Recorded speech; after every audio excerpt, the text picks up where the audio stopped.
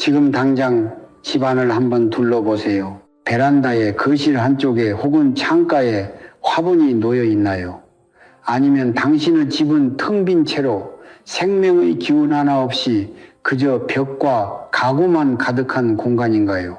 잠깐, 이 질문이 단순한 인테리어 취향의 문제라고 생각하셨다면 오늘 이 영상은 당신의 그 생각을 완전히 뒤집어 놓을 것입니다. 사람들은 말합니다.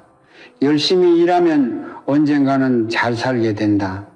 저는 수십 년간 기운의 흐름을 관찰해 온 사람으로서 단호하게 말씀드립니다. 그것은 가장 잔인한 거짓말입니다. 당신이 새벽까지 일하고 밥도 제대로 못 먹으면서 버텨왔는데도 통장 잔고는 여전히 바닥을 기고 나가는 돈은 막을 수가 없고 들어오는 돈은 손가락 사이로 모래처럼 흘러내린다면 그것은 당신이 게으른 탓이 아닙니다. 그것은 당신이 살고 있는 공간의 기운이 막혀있기 때문입니다. 성철 스님께서는 말씀하셨습니다. 재물은 하늘이 내리는 것이 아니라 정성스러운 마음과 열린 기운의 통로가 만들어내는 것이다. 저는 이 가르침을 처음 접했을 때 솔직히 반신반의했습니다. 그러나 수년간 수많은 가정의 에너지장을 살피고 흥하는 집과 기우는 집의 차이를 두 눈으로 목격한 뒤에야 비로소 깨달았습니다. 번창하는 집에는 반드시 한 가지 공통점이 있었습니다. 바로 올바른 자리에 올바른 생명이 숨쉬고 있었다는 것입니다. 당신의 집에 지금 식물이 있다면 한 가지만 물어보겠습니다. 그 식물이 어디에 놓여 있습니까?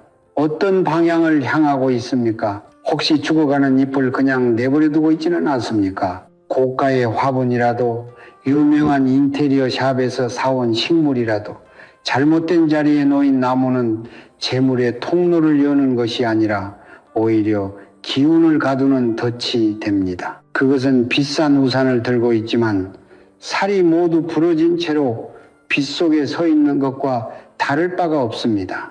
겉으로는 있어 보이지만 실제로는 아무것도 막아주지 못하는 것입니다.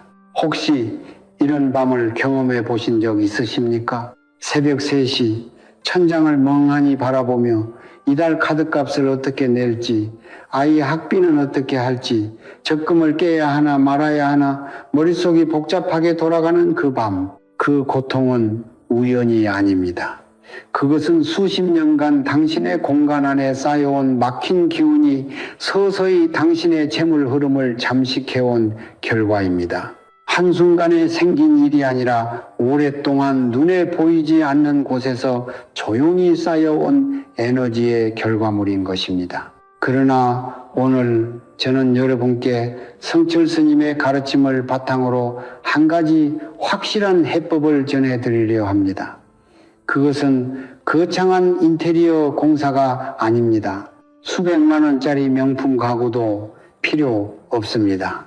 단지 5가지 올바른 식물을 올바른 자리에 정성스러운 마음으로 드리는 것만으로도 당신 집안의 재물 기운은 완전히 달라질 수 있습니다. 성철 스님께서는 이 5가지 식물을 가리켜 재물의 뿌리를 내리는 생명들이라 부르셨습니다. 이것들을 정성껏 키우기 시작한 날로부터 사흘 안에 당신은 분명 무언가가 달라지고 있음을 느끼게 될 것입니다. 돈의 흐름이 바뀌고 마음이 안정되고 가족의 기운이 살아나는 것을, 이것이 바로 정성생과 기운핵과 공간이 하나로 만날 때 일어나는 기적입니다. 지금부터 그 비법을 하나씩 풀어드리겠습니다.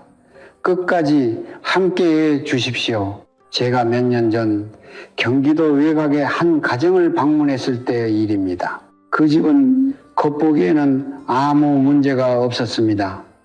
아파트는 깔끔하게 정돈되어 있었고 베란다에는 크고 작은 화분들이 줄지어 놓여 있었습니다. 싱그러운 초록빛 잎들이 햇살을 받아 반짝이고 있었고 처음 문을 열었을 때 저는 잠시 이 집이 참 생기 있구나 하고 생각했습니다. 그러나 집 안으로 한 발짝 들어서는 순간 저는 무언가 묵직하고 답답한 기운이 공기 중에 가득 차 있음을 느꼈습니다. 눈에는 보이지 않지만 오랜 세월 기운의 흐름을 살펴온 사람이라면 누구나 알 수 있는 그 무겁고 정체된 느낌이었습니다. 그 집의 안주인은 50대 중반의 여성이었습니다. 남편은 작은 자영업을 운영하고 있었고 두 자녀는 이미 성인이 되었지만 취업이 되지 않아 여전히 부모에게 의존하고 있었습니다. 그녀는 제게 조용히 말했습니다. 스님, 저희 집은 왜 이렇게 돈이 안 모이는지 모르겠어요. 남편도 열심히 하고 저도 아껴 쓰는데 한 달이 지나면 늘 빈털터리예요. 무슨 큰 지출이 생기는 것도 아닌데 돈이 그냥 녹아 없어지는 것 같아요. 그 말을 들으며 저는 천천히 집 안을 다시 둘러보았습니다. 문제는 바로 보였습니다. 베란다에 가득한 식물들은 모두 북쪽과 서쪽을 향한 그늘진 자리에 놓여 있었습니다. 잎은 겉으로 보기에 푸르렀지만 뿌리는 오랫동안 빛을 받지 못해 서서히 기운을 잃어가고 있었습니다. 거실 한쪽에는 날카로운 잎을 가진 식물이 소파 바로 옆에 놓여 있었고 현관 입구에는 죽어가는 잎이 여러 장 매달린 채 방치된 화분이 하나 있었습니다. 그리고 가장 결정적인 것은 재물운을 관장하는 집안의 동남쪽 방향이 완전히 텅 비어 있었다는 사실입니다. 그 자리에는 오래된 신발장과 잡동사니만 가득했습니다. 성철 스님께서는 이런 상황을 두고 이렇게 말씀하셨습니다. 올바른 식물을 잘못된 자리에 두는 것은 복을 부르는 것이 아니라 스스로 집안에 덫을 놓는 것과 같다. 식물은 단순한 장식품이 아닙니다. 식물은 살아 숨쉬는 생명으로서 공간의 기운을 흡수하고 정화하고 증폭시키는 역할을 합니다. 그런데 그 식물이 잘못된 방향에 놓이거나 빛이 닿지 않는 음지에 방치되거나 죽어가는 상태로 내버려진다면 그 식물은 재물의 기운을 끌어오는 것이 아니라 오히려 집안에 이미 있는 기운마저 빨아들이고 막아버리는 존재가 되고 맙니다. 저는 그 안주인에게 물었습니다. 이 화분들을 언제부터 이 자리에 두셨습니까? 그녀는 잠시 생각하더니 대답했습니다. 한 20년 됐어요. 이사 올 때부터 있었던 것들도 있고요.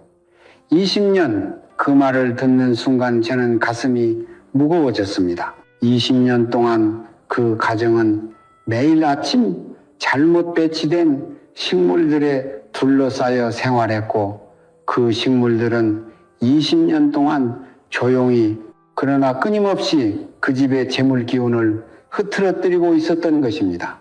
그것은 단 한 번의 큰 재앙이 아니었습니다. 매일 조금씩 눈에 보이지 않게 그러나 확실하게 쌓여온 기운의 손실이었습니다. 번창하는 집과 기우는 집의 차이는 생각보다 단순합니다. 흥하는 집에는 반드시 생명의 기운이 올바른 자리에서 올바른 방향으로 흐르고 있습니다. 식물의 잎은 위를 향해 힘차게 뻗어 있고 뿌리는 건강하며 그 식물이 놓인 자리는 햇살과 공기가 자연스럽게 순환하는 곳입니다. 반면 기운이 막힌 집에는 어딘가에 반드시 정체된 에너지의 웅덩이가 있습니다. 그것이 죽어가는 화분일 수도 있고 어두운 구석에 방치된 식물일 수도 있으며 날카로운 잎으로 가족의 기운을 흩트리는 나무일 수도 있습니다. 그 가정의 이야기는 결코 특별한 사례가 아닙니다. 지금 이 순간에도 수많은 가정이 같은 실수를 반복하며 왜 돈이 모이지 않는지 그 이유를 모른 채 살아가고 있습니다. 그러나 오늘 이 자리에서 그 이유를 알게 되셨다면 이제 달라질 수 있습니다. 아는 것이 바뀌는 것의 시작이기 때문입니다. 왜 식물이 재물과 연결되는지, 그 근본적인 이유를 먼저 이해하셔야 합니다. 많은 분들이 풍수를 단순한 미신이나 옛날 어른들의 근거 없는 믿음으로 치부합니다. 그러나 저는 감히 말씀드립니다. 풍수는 미신이 아닙니다. 그것은 수천 년에 걸쳐 인간이 자연의 이치를 관찰하고 축적해온 지혜의 결정체입니다. 그리고 그 지혜의 핵심에는 바로 음양오행,阴阳우싱의 원리가 있습니다. 성철 스님께서는 늘 이렇게 말씀하셨습니다. 자연의 법칙을 거스르면 반드시 그 대가를 치르게 된다. 그러나 자연의 흐름을 이해하고 그에 맞게 살아간다면 하늘도 그 사람을 외면하지 않는다. 오행, 우싱은 목, 무, 화, 호, 토, 금, 치, 수, 쇠, 이 5가지 기운이 서로를 낳고 또 서로를 제어하며 우주의 균형을 이루는 원리입니다. 이 중에서 식물은 목무의 기운에 해당합니다. 목물은 생명, 성장, 뻗어나감을 상징합니다. 나무가 땅에 뿌리를 깊이 내리고 하늘을 향해 가지를 뻗듯 목의 기운은 아래로는 기반을 다지고 위로는 가능성을 열어주는 힘을 가지고 있습니다. 그런데 이 목목의 기운은 화호를 낳습니다. 화호는 열정, 활력, 생기, 성애를 의미합니다. 그리고 이 화호는 다시 토토를 낳습니다. 토는 바로 재물, 토지, 자산을 상징하는 기운입니다. 즉 집안에 올바른 식물을 올바른 자리에 두는 것은 단순히 공기를 정화하는 차원을 넘어서 목생화, 무, 성화, 화생토, 호성투의 원리에 따라 재물의 기운을 자연스럽게 집안으로 끌어들이는 행위인 것입니다. 성철 스님께서는 이것을 아주 쉬운 말씀으로 풀어주셨습니다. 나무는 하늘과 땅 사이의 달이다. 뿌리는 땅의 기운을 빨아들이고 잎은 하늘의 기운을 받아들인다. 그 두 기운이 만나는 곳이 바로 집 안이며 그 만남이 이루어지는 자리에 재물이 머물게 된다. 저는 이 말씀을 처음 들었을 때 온몸에 전율이 흘렀습니다. 우리가 아무 생각 없이 창가에 올려두는 화분 하나가 실은 하늘과 땅의 기운을 연결하는 통로였다는 사실을, 그러나 그 통로가 제대로 열리려면 반드시 조건이 맞아야 합니다. 올바른 식물이어야 하고 올바른 방향이어야 하며 정성스러운 마음으로 돌봐야 한다는 것입니다. 음양여명의 관점에서도 식물은 매우 중요한 역할을 합니다. 집안은 사람이 생활하는 공간이기 때문에 자연스럽게 다양한 기운이 혼재합니다. 가족 간의 감정적 갈등, 경제적 스트레스, 외부에서 가지고 들어오는 부정적 에너지, 오래된 물건에 쌓인 묵은 기운 등이 켜켜이 쌓이다 보면 집안은 점점 음기염기가 강해지고 양기염기가 약해집니다. 음기가 강한 집은 무겁고 침체된 느낌을 주며 그런 공간에서는 사람의 의욕도 꺾이고 새로운 기회도 들어오기 어려우며 재물의 흐름도 자연히 막히게 됩니다. 반면 살아있는 식물은 본질적으로 양기 영해의 결정체입니다. 광합성을 통해 빛을 흡수하고 공기를 순환시키며 공간에 생명의 기운을 불어넣습니다. 올바른 식물이 올바른 자리에서 건강하게 자라고 있는 집은 음양의 균형이 자연스럽게 잡히며 그 균형 속에서 재물의 기운도 안정적으로 흐르게 됩니다. 여기서 한 가지 반드시 기억하셔야 할 것이 있습니다. 식물이 양기를 가져다 준다고 해서 아무 식물이나 아무 곳에 두어도 된다는 뜻은 절대 아닙니다. 오행의 원리에서 모든 것은 균형이 핵심입니다. 지나치게 많은 식물을 좁은 공간에 가득 채우면 오히려 목무의 기운이 넘쳐 다른 기운을 압도하게 되고 이는 가족 간의 갈등이나 예상치 못한 지출로 이어질 수 있습니다. 성철 스님께서는 이것을 두고 넘치는 것은 모자란 것과 같다고 하셨습니다. 풍수에서의 균형은 더하는 것만이 아니라 빼는 것도 포함합니다. 올바른 식물 5가지를 올바른 자리에 두는 것, 그것으로 충분합니다. 욕심을 부려 20가지를 들여놓는다고 재물이 20배가 되지는 않습니다. 집은 단순한 건물이 아닙니다. 집은 가족의 기운이 모이고 쉬고 다시 출발하는 에너지의 중심지입니다. 그리고 그 에너지의 중심지를 어떻게 가꾸느냐에 따라 그 집에 사는 사람들의 운명이 달라집니다. 식물은 그 가꿈의 가장 기본적이면서도 가장 강력한 도구입니다. 하늘의 기운을 받고 땅의 기운을 빨아올려 집안의 재물의 흐름을 만들어내는 살아있는 통로, 그것이 바로 성철 스님께서 말씀하신 식물의 진정한 의미입니다. 이제 그 5가지 식물이 무엇인지 하나씩 알려드리겠습니다. 이제 핵심입니다. 성철 스님께서 직접 이름 붙이신 5가지 식물, 그 하나하나를 지금부터 천천히 그러나 명확하게 풀어드리겠습니다. 이 5가지는 단순한 관엽식물이 아닙니다. 각각이 오행의 특정 기운을 담당하며 올바른 자리에 놓였을 때 서로 보완하고 증폭하여 집안 전체의 재물 흐름을 완전히 바꾸어 놓는 힘을 가지고 있습니다. 그러니 지금부터 말씀드리는 내용을 단순히 듣고 흘려보내지 마시고 반드시 메모해 두시기 바랍니다. 첫 번째 식물은 금전수 파키라입니다. 성철 스님께서는 이 나무를 가리켜 재물의 뿌리를 내리는 나무라고 부르셨습니다. 파키라의 줄기가 여러 갈래로 엮여 올라가는 모습은 여러 방향에서 재물이 한 곳으로 모여드는 형상을 상징합니다. 이 나무는 거실의 동남쪽에 두어야 합니다. 동남쪽은 오행에서 목목과 화호의 기운이 교차하는 자리로 재물운과 직업운이 가장 강하게 작용하는 방해입니다. 파키라를 이 자리에 두고 매일 아침 감사의 마음으로 물을 주면 막혔던 돈줄이 서서히 열리기 시작합니다. 단 반드시 주의하셔야 할 것이 있습니다.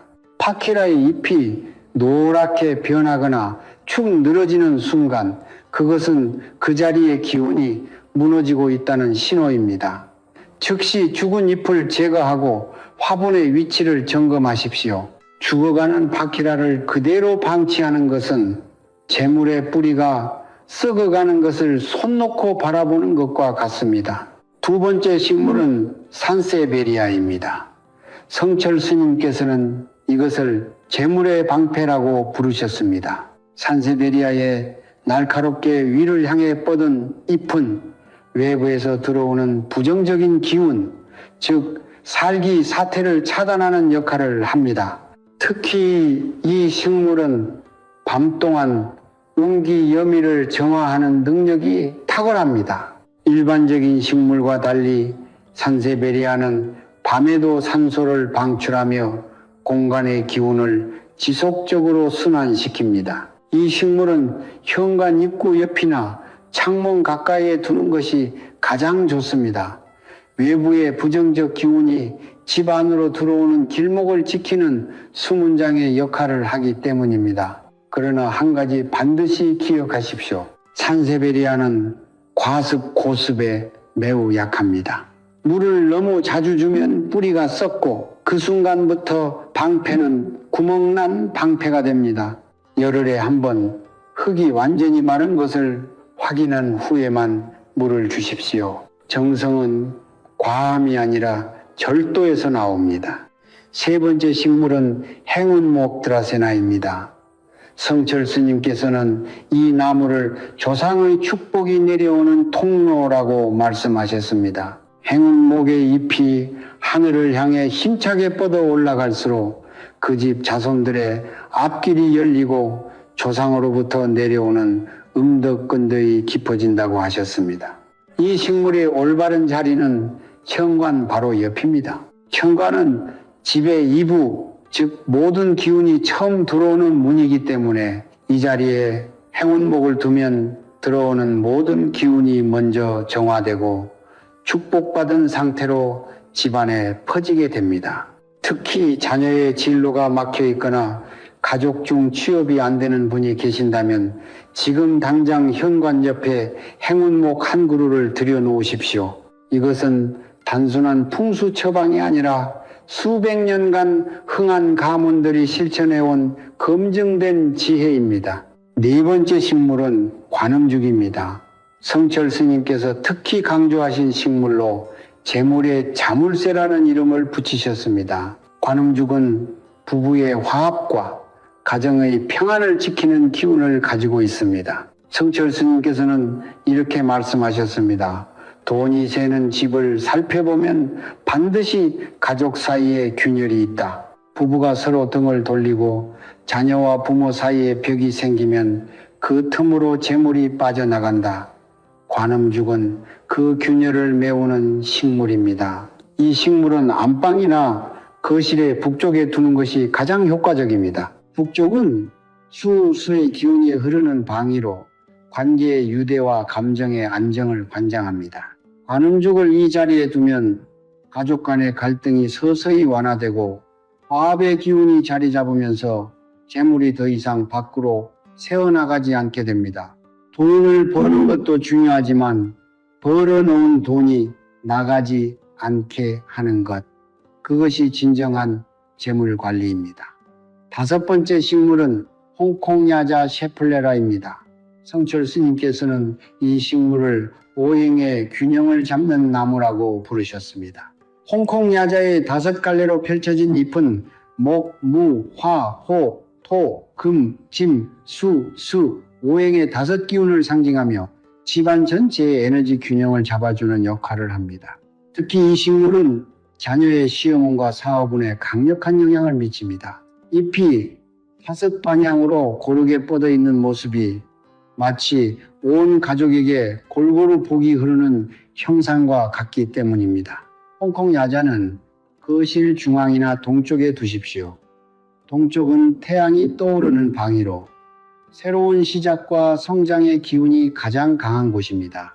이 자리에 홍콩야자를 두면 자녀의 학업운이 열리고 사업을 하시는 분들은 새로운 거래처와 기회가 찾아오는 것을 경험하게 됩니다.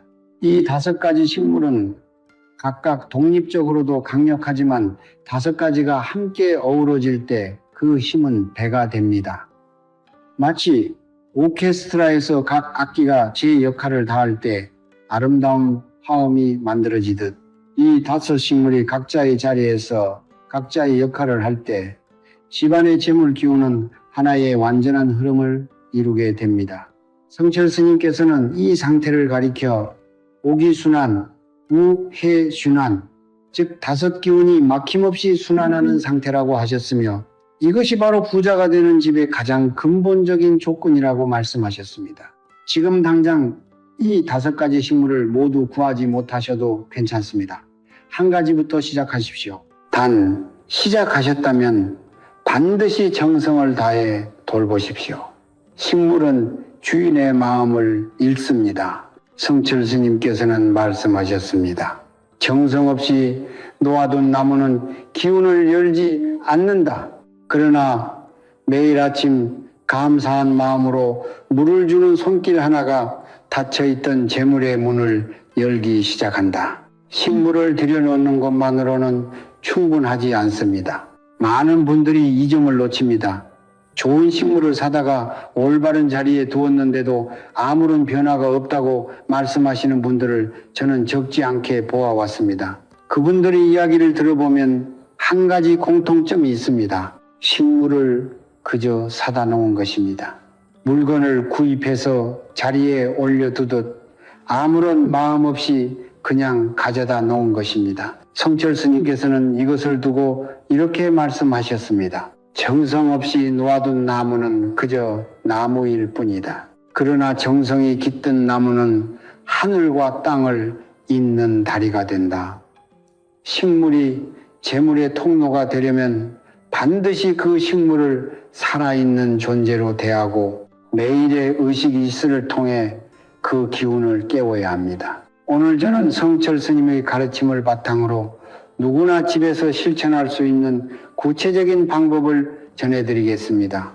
가장 먼저 실천하셔야 할 것은 매일 아침에 물주기 의식입니다. 단순히 물을 주는 행위가 아닙니다. 성철 스님께서는 이것을 감사의 기운을 심는 행위라고 하셨습니다. 아침에 일어나 세수를 마친 뒤 식물 앞에 잠시 멈추어 서십시오.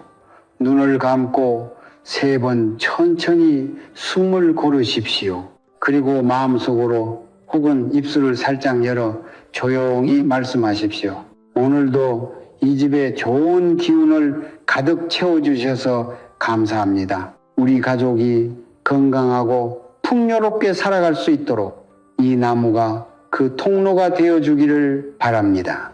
이 말이 거창하게 느껴지신다면 더 짧게 하셔도 됩니다.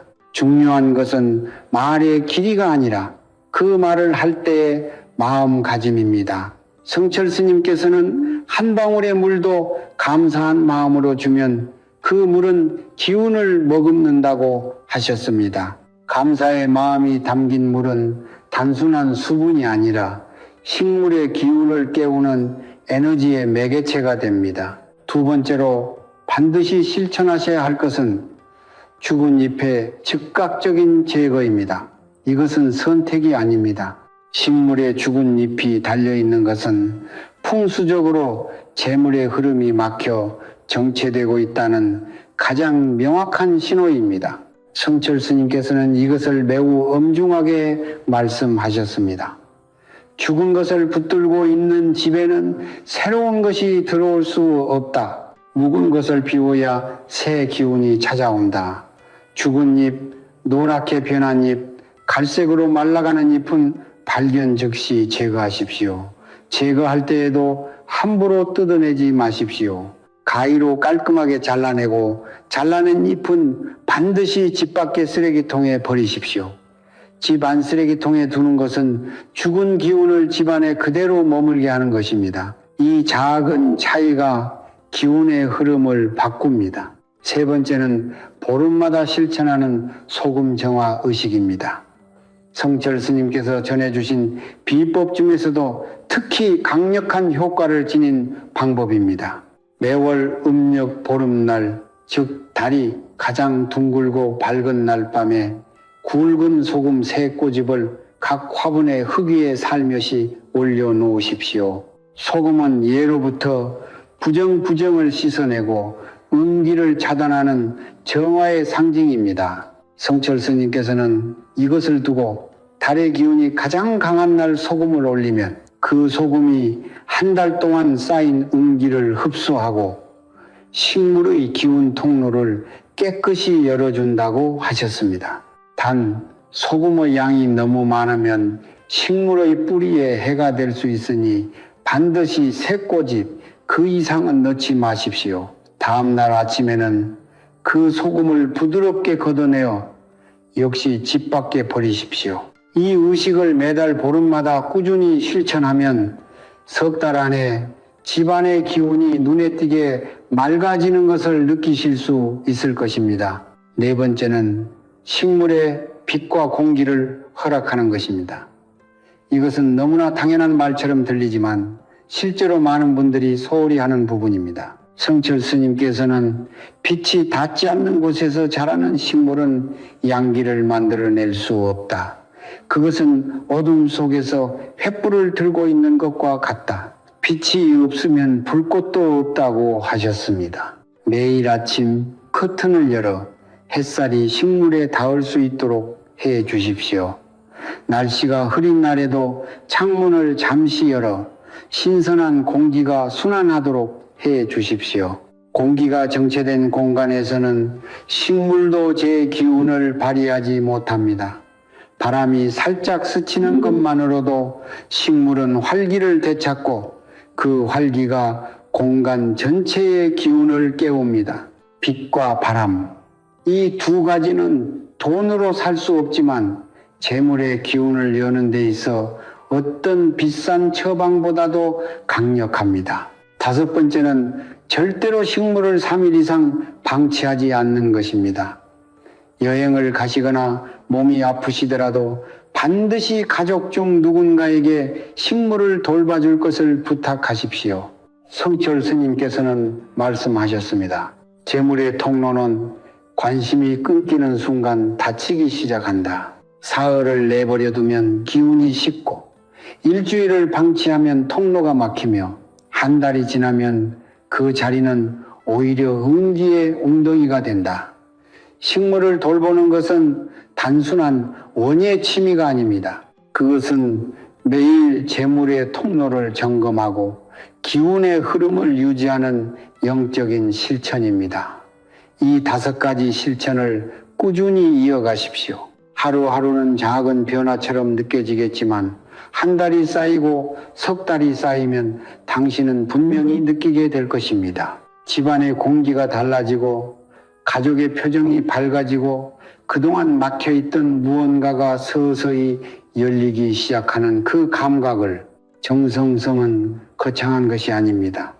매일 아침 감사한 마음으로 물 한 번 주는 것, 죽은 잎 하나 즉시 제거하는 것, 커튼을 열어 빛을 허락하는 것, 이 작고 소박한 행위들이 모여 재물의 기운을 깨우고 닫혀있던 운명의 문을 조용히 열어젖힙니다. 성철 스님께서는 항상 이렇게 말씀하셨습니다. 하늘은 정성스러운 손길을 외면하지 않는다. 지금까지 무엇을 해야 하는지를 말씀드렸다면 이제는 무엇을 절대로 하지 말아야 하는지를 말씀드릴 차례입니다. 성철 스님께서는 늘 이렇게 말씀하셨습니다. 복을 부르는 것보다 복을 막는 것을 먼저 제거하라. 아무리 좋은 씨앗을 뿌려도 땅이 썩어 있으면 싹이 트지 않는다. 지금 여러분의 집안에 이미 재물의 기운을 막고 있는 것들이 있다면 아무리 좋은 식물을 들여놓아도 그 효과는 절반에도 미치지 못합니다. 오늘 제가 말씀드리는 3가지 금기진치는 성철 스님께서 특별히 강조하신 것들입니다. 듣고 나서 혹시 지금 자신의 집이 떠오르신다면 부디 오늘 안으로 바로잡으시기 바랍니다. 첫 번째 금기는 침실에 가시가 있는 식물을 두는 것입니다. 많은 분들이 선인장이나 가시가 있는 다육식물을 침실 창가나 침대 옆 협탁 위에 올려두십니다. 보기에는 앙증맞고 귀엽습니다. 관리도 쉽고 물을 자주 주지 않아도 되니 바쁜 분들에게 인기가 많습니다. 그러나 성철 스님께서는 이것을 두고 단호하게 말씀하셨습니다. 침실은 부부의 기운이 하나로 합쳐지는 가장 신성한 공간이다. 그 공간에 날카로운 것을 들여놓는 것은 스스로 그 화합을 칼로 베는 것과 같다. 가시는 풍수적으로 살기, 사태, 즉 예리하고 공격적인 부정적 에너지를 상징합니다. 침실에 가시 있는 식물이 있으면 부부 사이에 보이지 않는 갈등이 쌓이고 감정적 거리가 멀어지며 그 틈으로 재물이 새어나가기 시작합니다. 성철 스님께서는 부부의 화합이 깨지는 집에서 재물이 머무는 법은 없다고 하셨습니다. 지금 당장 침실에 있는 가시 식물을 베란다나 외부로 옮기십시오. 이것만으로도 침실의 기운이 달라지는 것을 느끼실 수 있을 것입니다. 두 번째 금기는 죽어가는 식물을 집안에 그대로 방치하는 것입니다. 앞서 잠깐 말씀드렸지만 이것은 너무나 중요하기 때문에 다시 한번 더 깊이 말씀드리지 않을 수 없습니다. 잎이 갈색으로 말라가고 줄기가 축 늘어지고 흙에서 썩은 냄새가 올라오는 화분, 그것을 보면서도 언젠가는 다시 살아나겠지 라는 막연한 기대로 그냥 놔두시는 분들이 있습니다. 혹은 이 식물을 오래 키웠는데 버리기가 아깝다는 정 때문에 차마 내보내지 못하시는 분들도 있습니다. 그 마음은 이해합니다. 그러나 성철 스님께서는 이렇게 말씀하셨습니다. 죽어가는 것에 대한 집착은 아름다운 감정이 아니다. 그것은 과거에 묶여 새로운 기운이 들어오는 것을 스스로 막는 행위다. 집안에서 죽어가는 식물은 단순히 시들어가는 나무가 아닙니다. 그것은 날마다 음기를 방출하며 공간의 기운을 잠식하는 에너지의 구멍입니다. 가족의 건강이 이유 없이 나빠지거나 돈이 이유 없이 새어나가거나 집안에 크고 작은 다툼이 잦아졌다면 가장 먼저 집안에 죽어가는 식물이 있는지 살펴보십시오. 발견하는 즉시 미련 없이 집 밖으로 내보내십시오. 죽은 것을 보내야 새 생명이 들어올 자리가 생깁니다. 세 번째 금기는 햇빛이 전혀 들지 않는 어두운 구석에 식물을 두는 것입니다. 이것이 세 가지 금기 중에서도 가장 많은 분들이 저지르는 실수입니다. 식물을 사다가 공간을 채우고 싶은 마음에 혹은 인테리어적으로 어울린다는 이유로 빛이 거의 닿지 않는 어두운 구석이나 복도 끝, 화장실 안쪽에 화분을 두시는 분들이 많습니다. 성철 스님께서는 이것을 두고 이렇게 말씀하셨습니다. 빛을 받지 못하는 식물은 양기를 만들지 못한다. 양기를 만들지 못하는 식물은 재물의 통로가 아니라 음기의 웅덩이가 된다. 그것은 복을 부르는 것이 아니라 스스로 집안에 그늘을 심는 것이다. 어두운 곳에 놓인 식물은 천천히 그러나 반드시 죽어갑니다.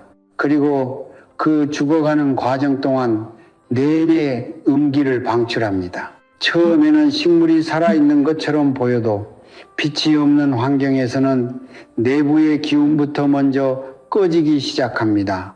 겉은 아직 푸르러도 이미 기운은 빠져나간 상태인 것입니다. 반드시 식물이 하루에 최소 2-3시간 이상 자연광을 받을 수 있는 자리에 두십시오. 직사광선이 강한 한여름에는 얇은 커튼으로 빛을 걸러주되 완전히 차단하지는 마십시오. 빛은 생명의 근본이며 양기의 원천이며 재물 기운의 시작점입니다. 이 세 가지 금기를 다시 한번 마음에 새기십시오. 침실의 가시식물, 죽어가는 식물의 방치, 어두운 구석의 화분, 이 세 가지 중 하나라도 지금 여러분의 집안에 있다면 그것은 매일 조용히 그러나 확실하게 여러분의 재물 기운을 갉아먹고 있는 것입니다. 성철 스님께서는 항상 말씀하셨습니다. 복을 짓는 것은 하루아침에 되지 않는다. 그러나 복을 막는 것은 한순간의 실수로도 충분하다. 오늘 이 말씀을 듣고도 고치지 않는다면 그것은 더 이상 모르는 것이 아니라 외면하는 것입니다. 그리고 하늘은 외면하는 사람을 도울 수 없습니다. 지금 이 순간 집안을 한 번 더 둘러보십시오. 그리고 오늘 안으로 하나씩 바로잡기 시작하십시오. 작은 변화가 큰 운명을 바꿉니다. 한 가지를 고치는 그 순간부터 여러분의 집은 이미 달라지기 시작하는 것입니다. 여기까지 함께 해주신 여러분께 진심으로 감사드립니다. 오늘 저는 성철 스님의 가르침을 바탕으로 5가지 식물의 비밀, 그것을 올바르게 돌보는 방법, 그리고 반드시 피해야 할 3가지 금기를 말씀드렸습니다. 이 모든 내용의 뿌리는 단 하나의 진리로 귀결됩니다. 정성스러운 마음이 운명을 바꾼다는 것입니다. 성철 스님께서는 평생 이 한 가지를 가르치셨습니다. 부자가 따로 태어나는 것이 아니라 정성을 다해 자신의 공간을 가꾸고 감사한 마음으로 매일을 살아가는 사람에게 하늘이 재물의 문을 열어준다는 것을 가난한 여러분의 잘못이 아닙니다. 그것은 오랫동안 막혀있던 기운의 결과입니다. 그러나 이제 여러분은 그 기운을 어떻게 열어야 하는지 알게 되었습니다. 아는 것이 곧 바뀌는 것의 시작입니다. 오늘 이 자리에서 저는 여러분 한 분 한 분을 위해 성철 스님의 가르침으로 축원을 올리겠습니다. 이 축원이 여러분의 가슴에 다 따뜻한 불씨가 되기를 바랍니다. 성불하십시오. 오늘 이 영상을 끝까지 보신 여러분의 가정에 하늘의 기운이 가득 흘러 들어오기를 바랍니다. 오랫동안 막혀있던 재물의 통로가 오늘을 기점으로 활짝 열리고 그동안 새어나가기만 하던 돈이 이제는 차곡차곡 쌓이기 시작하기를 진심으로 기원합니다. 몸이 아프셨던 분은 건강을 되찾으시고 사업이 막혀있던 분은 새로운 길이 열리시며 자녀의 앞길이 어둡게 느껴지셨던 분은 그 길에 밝은 빛이 비추어지기를 빕니다. 부부 사이에 쌓였던 오해와 갈등이 볶는 녹도 사라지고 가족 모두가 한마음으로 웃을 수 있는 날이 하루빨리 찾아오기를 기원합니다.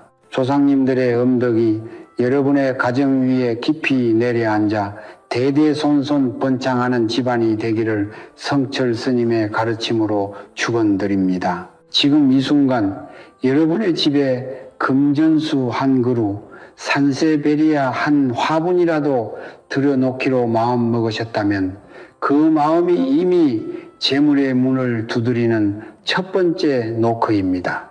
시작은 언제나 작습니다. 그러나 그 작은 시작이 쌓이고 쌓여 운명이 바뀝니다. 성철 스님께서는 말씀하셨습니다. 첫이길도 한 걸음부터이며 만금만짐의 재물도 한 알의 씨앗으로부터 비롯된다. 오늘 여러분이 내딛는 그 한 걸음이 여러분 가정에 새로운 역사를 쓰는 첫 번째 문장이 될 것입니다. 이제 여러분께 한 가지 부탁을 드리겠습니다. 오늘 이 영상이 여러분께 조금이라도 도움이 되셨다면 지금 바로 구독 버튼과 좋아요를 눌러주십시오. 성철 스님의 가르침에 따르면 좋은 것을 받았을 때 감사를 표현하는 행위 자체가 복을 짓는 공덕입니다. 구독과 좋아요는 단순한 버튼 클릭이 아니라 여러분이 오늘부터 새로운 기운의 흐름을 받아들이겠다는 마음의 선언입니다. 그 선언이 하늘에 닿아 여러분의 재물 기운을 활짝 열어줄 것입니다. 그리고 댓글창에 지금 이 순간에 여러분의 다짐을 적어 주십시오. 나는 2020년에 모든 빚을 다 갚았다. 우리 가족은 올해 풍요롭고 건강하게 살고 있다. 나는 이미 복이 가득한 삶을 살고 있다와 같이 이미 이루어진 것처럼 현재형으로 적어 주십시오. 그 말이 우주의 씨앗처럼 심어져 반드시 현실이 되어 돌아올 것입니다. 또한 댓글에 달린 다른 분들의 다짐에도 좋아요를 눌러 주십시오. 남의 복을 빌어주는 마음이 곧 내 복을 키우는 공덕입니다. 성철 스님께서는 항상 말씀하셨습니다. 남이 잘 되기를 바라는 마음이 진정한 보시부시이며 그 보시가 쌓일수록 자신의 복전부텐도 깊어진다.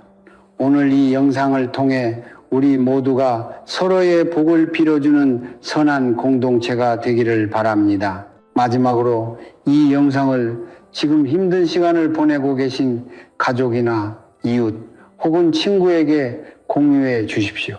재물 걱정으로 잠 못 이루는 밤을 보내고 있는 누군가에게 이 영상이 한 줄기 빛이 될 수 있습니다. 나 혼자만 알고 있는 비법은 복을 반만 부릅니다. 그러나 이것을 나누는 순간 그 복은 2배가 되어 여러분께 돌아옵니다. 나눔이 곧 풍요의 시작입니다. 저는 오늘도 내일도 성철 스님의 가르침을 여러분께 전하는 이 자리를 지키겠습니다. 여러분의 가정에 언제나 밝은 기운이 가득하고 웃음이 끊이지 않으며 재물이 흐르는 행복한 날들이 이어지기를 두 손 모아 빕니다. 성불하십시오.